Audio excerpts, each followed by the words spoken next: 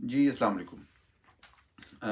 आज के दिन की इंतखाबात फरवरी 8 2024 के इंतखाबात के हवाले से जो भी अहम डेवलपमेंट्स, अहम खबरें वो आपसे शेयर करूँगा। लेकिन आखिर में एक हमारा इस प्रोग्राम या इस ट्रांसमिशन के हवाले से एक मौजू जिसके ऊपर मैंने पिछले चंद दिनों में कुछ लोगों से गुफ्तगू का एक सिलसिला जारी है, तो उसमें से मैंने एक अहम नुक्ता नोट किया जो मैं आज आपके सामने रखूंगा, और ये है पाकिस्तान के मौजूदा army chief general Asim Munir का मजाज या उनके बात करने के अंदाज, उनके स्टाइल में और जो साबका आर्मी चीफ थे कमर जावेद बाजवा, उनके बात करने के अंदाज में क्या फ़र्क है। ये बात बहुत अहम है। आपको लग रहा होगा कि शायद सिर्फ मैं गुफ्तगू की स्टाइल की बात कर रहा हूँ। नहीं, मैं साफ ज़ाहिर है गवर्नेंस की, एडमिनिस्ट्रेशन की, पाकिस्तान की हुकूमत की, फौज की उस हवाले से बात कर रहा हूँ। तो इस मौजू पे जब आएंगे तो तफसील से बात करेंगे। कोशिश करूँगा मुख्तसर हो दुरानिया आज की गुफ्तगू का। इस मौजू पे आने से पहले दो छोटी छोटी खबरें जो इस वक्त तक की डेवलपमेंट्स हैं, उनमें से एक खबर के ऊपर थोड़ा सा तजिया, और एक जो फेक न्यूज़, जो आज की फेक न्यूज़ है वो आपके सामने रखूंगा। खबर है 62 के हवाले से। आपने सुन लिया सब लोगों ने कि फैसला महफूज कर लिया गया। इस हवाले से मेरी मारूजात बिल्कुल सादा सी हैं कि आइन के तहत, इस आर्टिकल के तहत, कोई भी शख्स जो कि सादक और अमीन ना हो वो इंतखाबात नहीं लड़ सकता। सादक और अमीन होने का तयन कोई इंसान नहीं कर सकता। ये लिखने में तो मजहबी लिहाज से या जिस हवाले से भी लिख दिया गया, मैं कोई बहुत ज़्यादा इस पे आर्गूमेंट या बहस नहीं करूँगा कि लिखने वालों की नीयत क्या थी या लिखा जाना चाहिए या नहीं। मुझे कोई प्रॉब्लम नहीं किसी भी मज़हब के हवाले से, किसी चीज़ से, लेकिन ये फैसले इंसान नहीं कर सकते।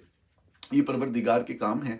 और इंसान किसी भी दूसरे इंसान के बारे में इस हवाले से फैसला कर देना, ये बहुत कहा जाता है, मतलब लोग फजूलियात के ऊपर बात करते हैं, जिसकी वजह से अफसोस होता है कि जी कोई प्रोसेस होगा तो फिर ये होगा। तो हमने देखा आज तक कितना प्रोसेस हो रहा है, ठीक है ना। तो गलत बात नहीं करनी चाहिए। झूठ की बुनियाद पे, जिद और अना की वजह से कि मैंने पहले ये बात की थी तो अब मैंने इसी बात पे अड़े रहना है, ये गलत रवैया होता है। इससे कभी भी मुआशरे आगे नहीं बढ़ते, कभी भी गुफ्तगू आगे नहीं चलती। तो ये बेबुनियाद चीज है आइन के अंदर, इसको निकल जाना चाहिए। लेकिन, और ये मैं बगैर अगर मगर के कह रहा हूं कि इसको निकल जाना चाहिए। अब जब तक ये है तो फिर उसमें अगर या मगर आती है।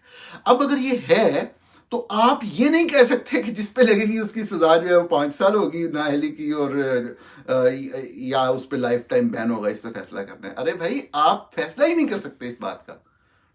अगर कोई शख्स किसी केस के अंदर, देखिए बड़ी सादा सी बात है, लोग इसको कॉम्प्लिकेट करते हैं। अगर कोई शख्स किसी करप्शन के केस में कन्विक्ट हो जाता है तो उसकी तो पहले से सजा है भाई। कौन कह रहा है सजा नहीं है? उसको जेल टर्म भी होगी। जब वो जेल टर्म पूरा करेगा उसके बाद 5 साल के लिए नाअहल भी रहेगा, बल्कि अभी लेटली फैसला आया है कि 10 साल तक नाअहल रहेगा। वो तो ऑलरेडी है।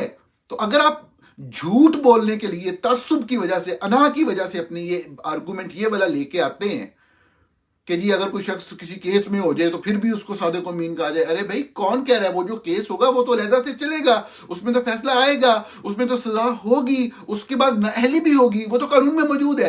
तो यहां पे जब आप इसको रखते हैं, कंटिन्यू करते हैं, तो इसका मतलब है कि इंसान कोई फैसला करेगा बगैर किसी केस के, जैसा कि हमने माजी में भी देखा क्या होगा। तो ये काम अदालत का है ही नहीं, ये पार्लियामेंट का काम है। इसको खत्म करना, इसको खत्म किया जाना है। और इसमें नाअहली की कोई मुद्दत हो ही नहीं सकती। 5 साल वाली क्या बात है? अभी बाद लोग कह रहे हैं जी वो इलेक्शन, पार्लियामेंट ने इलेक्शन एक्ट में 5 साल कर दी है। अरे भाई वो बात ही नहीं, 5 साल की तो बात बनती नहीं है, वो तो जवाज ही नहीं है उसका कानून। ये आइन की बात है। आइन कह रहा है सादक और अमीन जो है वो इलेक्शन नहीं लड़ सकता। ये वाली बात का फैसला कौन करेगा? अगर इलेक्शन एक्ट में कह भी दिया गया है तो इसका मतलब इलेक्शन एक्ट ये कह रहा है, वो तो साफ है कि 1 पर्सन को उन्होंने फायदा देने के लिए वो डाल तो दिया जल्दबाजी में वो क्लास के जी 5 साल की नाअहली की मुद्दत होगी ताकि नवाज शरीफ साहब के 5 साल पूरे हो गए हैं तो वो लड़ लेंगे। मतलब बात ये, नवाज शरीफ इस तरह की गुफ्तगू में नवाज शरीफ, नो नवाज शरीफ, इमरान खान, नो इमरान खान नहीं आता। ये हमारे आइन की, कानून की बात है। यहां पे बात यह है कि अगर आप कहते हैं 5 साल होगी तो इसका मतलब है किसी शख्स को सादक और अमीन करार दिया जाए या बददियानत करार दिया जा सकता है बगैर किसी केस, किसी करप्शन केस, किसी ट्रायल के। सादा सी बात है ना कि करप्शन केस अगर है तो वो तो ज्यादा ट्रायल चलेगा। तो बगैर ट्रायल के आप कैसे सादे को रमीन करार दे सकते हैं? कोई शख्स किसी दूसरे को, चाहे वो जज के मनसब पे क्यों ना हो।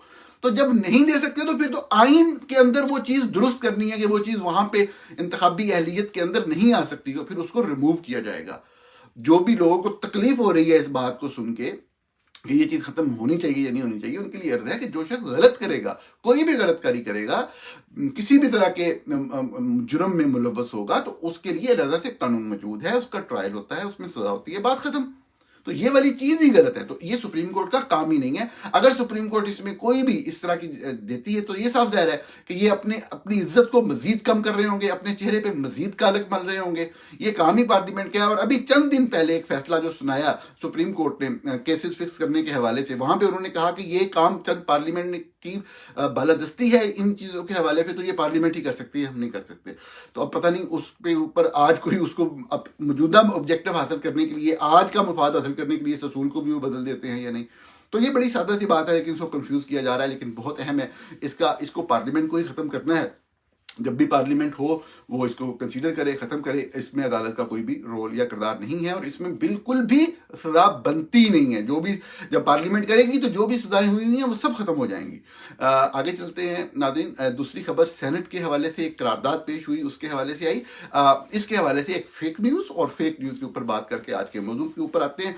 फेक न्यूज ये है कि ये PMLN के एक साहब हैं, परवेज साहब, और इनका जो अकाउंट है, मैं फेक न्यूज़ हमेशा किसी भी आम बंदे को लेके उसकी कही हुई या लिखी हुई बात को फेक न्यूज़ के तौर पे डिस्कस नहीं करता, और ना ही मैं फैक्ट चेक कर रहा हूँ, ये पहले बता दूं आपको। मैं उन अकाउंट्स को करता हूं जो कि जिनको देखा जाता है या जिनको पार्टी लीडरशिप जो है वो सपोर्ट करती है, इनकरेज करती है, फैलाती है। तो ये परवेज साहब जो हैं ये बहुत एक्टिव हैं। मुझे इनसे कोई इख्तलाफ नहीं है। वो एक पार्टी को सपोर्ट करते हैं, उनका ये हक बनता है। उनको वो जो भी काम कर रहे हैं इससे भी ज़्यादा करना चाहिए। सो बिस्मिल्लाह। और जहाँ पे उनको इख्तलाफ मेरी बात से हो वो उसका इजहार कर सकते हैं। जहाँ पे मुझे वो कुछ गलत करते हुए नजर आएंगे, जो मेरी अंडरस्टैंडिंग में गलत होगा, वो मैं आपके सामने रखूंगा। आज उन्होंने ये फेक न्यूज़ शेयर की, वो मैं आपके सामने रखता हूं।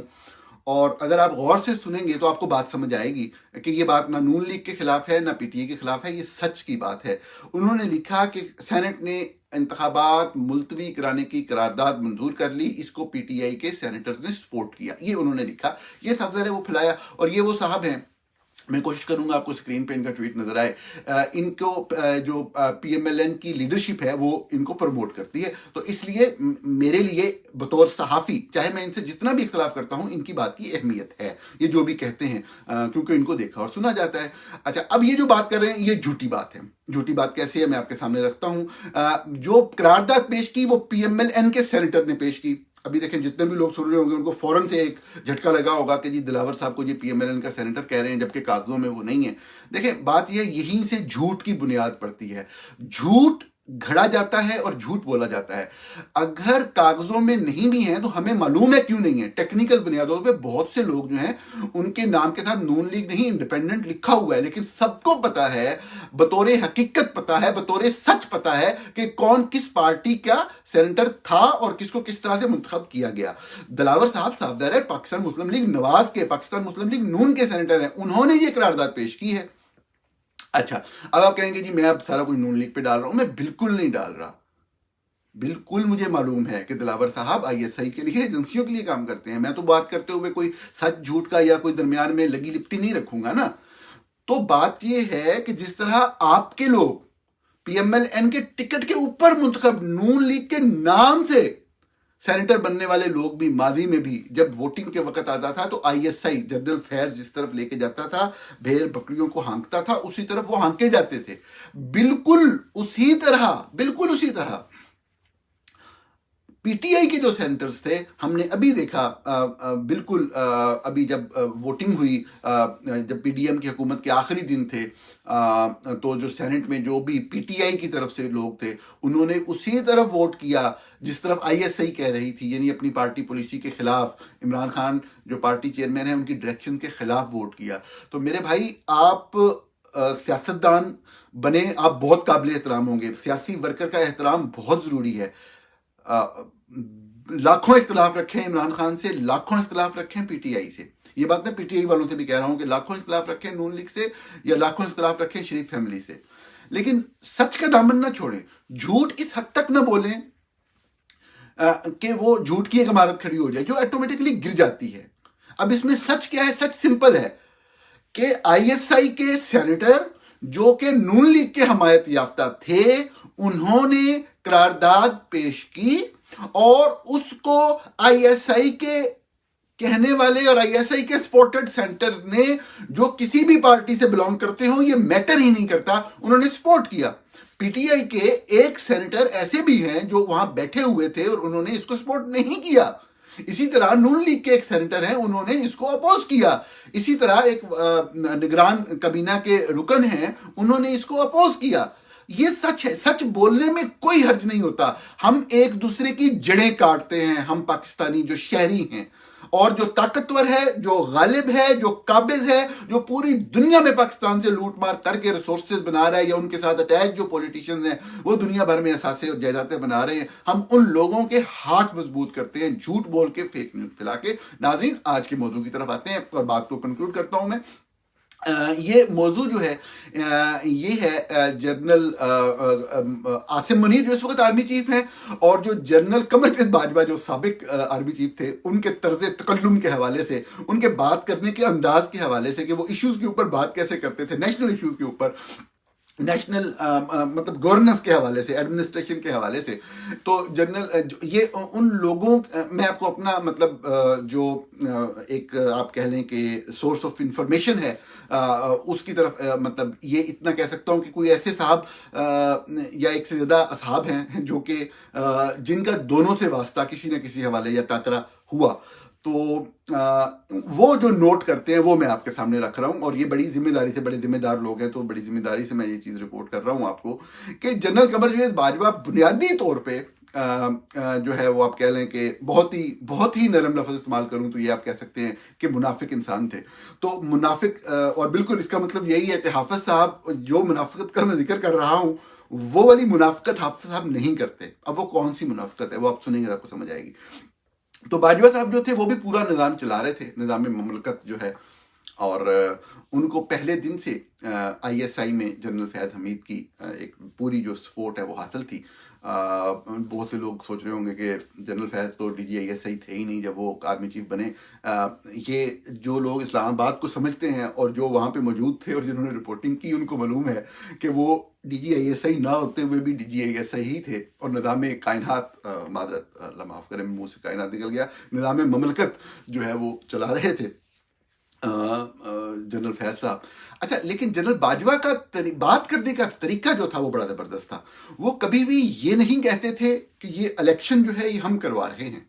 मिसाल के तौर पे जब 2018 का इलेक्शन भी हो रहा था, ये इलेक्शन वैसे ही तज़किरा आ गया, ये जो बात मुझे कही गई वो ओवरऑल गवर्नेंस के किसी भी इशू के हवाले से, हुकूमती किसी भी इशू के, कुछ किसी भी फॉरेन कंट्री से कोई डील के हवाले से, कोई मुआहदा साइन करने, कोई कारोबारी डील साइन करने के हवाले से, कोई अमदाद लेने के हवाले से, ये ओवरऑल इस हवाले से गुफ्तगू है जिसको मैं सामने पेश कर रहा हूँ। मिसाल सिर्फ इलेक्शन की दे रहा हूँ कि अगर जनरल कमरजीत बाजवा ने इलेक्शन की बात करनी होती तो ये कहते थे इलेक्शन कमीशन ये कर रहा है, इलेक्शन कमीशन ये करेगा, इलेक्शन कमीशन यू कर लेगा।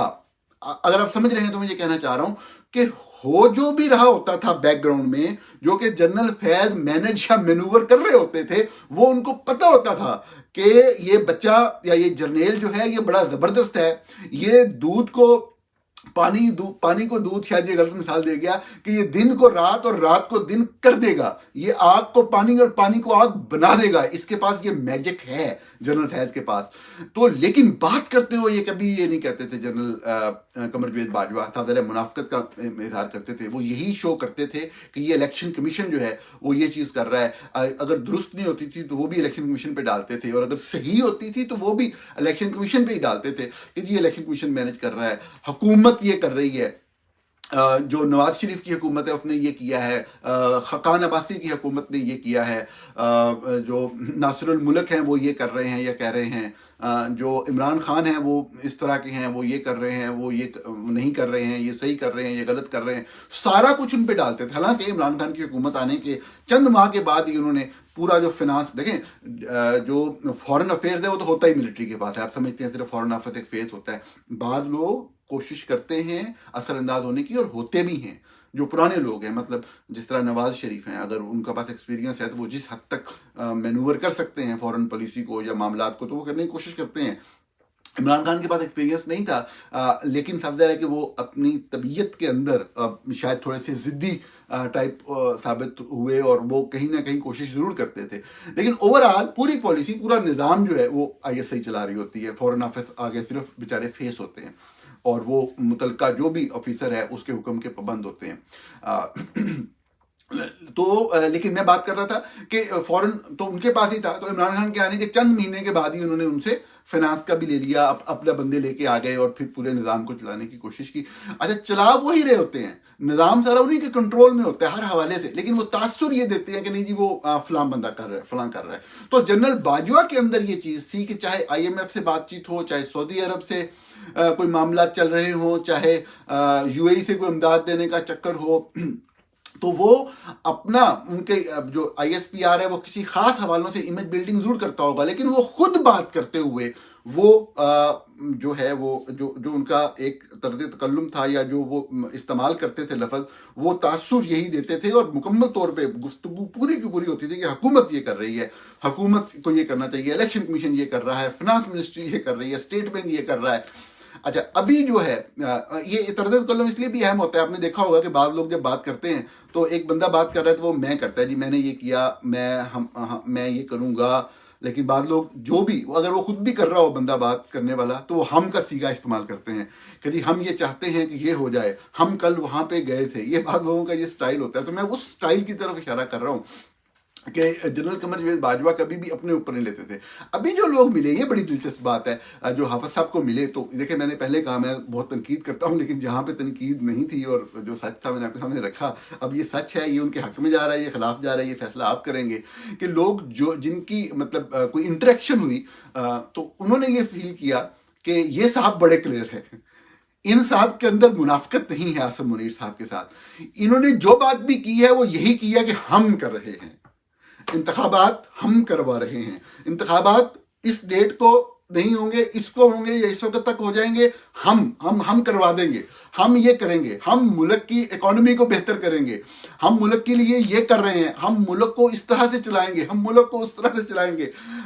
अपनी पूरा विजन, अपनी पूरी पॉलिसी, अपना पूरा दर्द अंदर से निकाल के रखते हुए भी वो सीगा हम का यानी इस्तेमाल करते हैं जनरल आसिम मुनीर साहब। तो बहरहाल ये फर्क दो जर्नलों के अंदर के एक साहब मुनाफिकत करते हुए करते सारा कुछ खुद ही थे, तबाह मुल्क को खुद ही किया, लेकिन दूसरों पे डालते रहे। तो चलें, इस वक्त एक ऐसा जर्नल हमारे पास है जो माशाल्लाह हाफिज़ कुरान भी हैं, और जो ऑन कर रहे हैं सारा कुछ कि हम चला रहे हैं, हम कर रहे हैं, हम इलेक्शन करवा रहे हैं।